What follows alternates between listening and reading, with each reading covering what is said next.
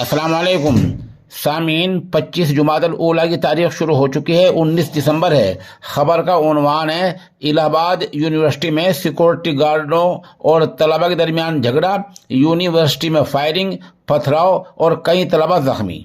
खबर थोड़ी तफसील से सुनिए। इलाहाबाद यूनिवर्सिटी में तलबा और सिक्योरिटी गार्ड्स के दरमियान झगड़े के बाद कई राउंड फायरिंग की गई है, जिसमें कई तलबा जख्मी हुए हैं। बताया जा रहा है कि 6 तलबा जख्मी हुए हैं। स्टूडेंट लीडर विवेकानंद पाठक का सर फट गया है। तलबा ने इल्ज़ाम लगाया कि सिक्योरिटी गार्ड्स ने कई राउंड फायर की है। तलबा का इल्ज़ाम यह भी है कि जब तलबा लीडर विवेकानंद पाठक यूनिवर्सिटी कैंप में वाक़ बैंक जाने के लिए पहुंचे तो गार्ड्स ने गेट खोलने से इनकार कर दिया। इस बात पर उनके दरमियान झगड़ा हुआ। इतना मिलते ही पुलिस ने पहुंचकर मामले को रफा दफा करा दिया।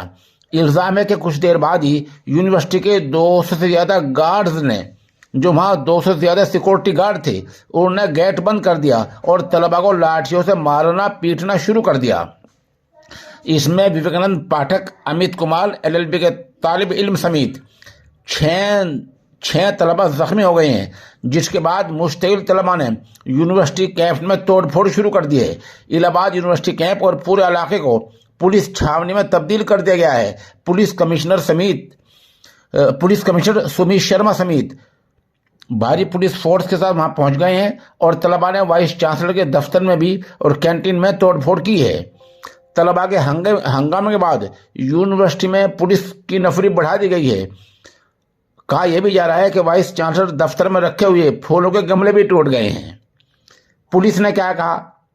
पुलिस का कहना यह है कि पहले तलबा ने गार्ड्स पर हमला किया, उसके बाद गार्ड ने फायरिंग की। बहरहाल पुलिस मामले की जांच करेगी। अब यह देखना होगा कि गलती किसकी है। इलाहाबाद यूनिवर्सिटी में हंगामा है, माहौल कशीदा है और इजाफी पुलिस फोर्स तैनात है। चंद तस्वीर हम मौके की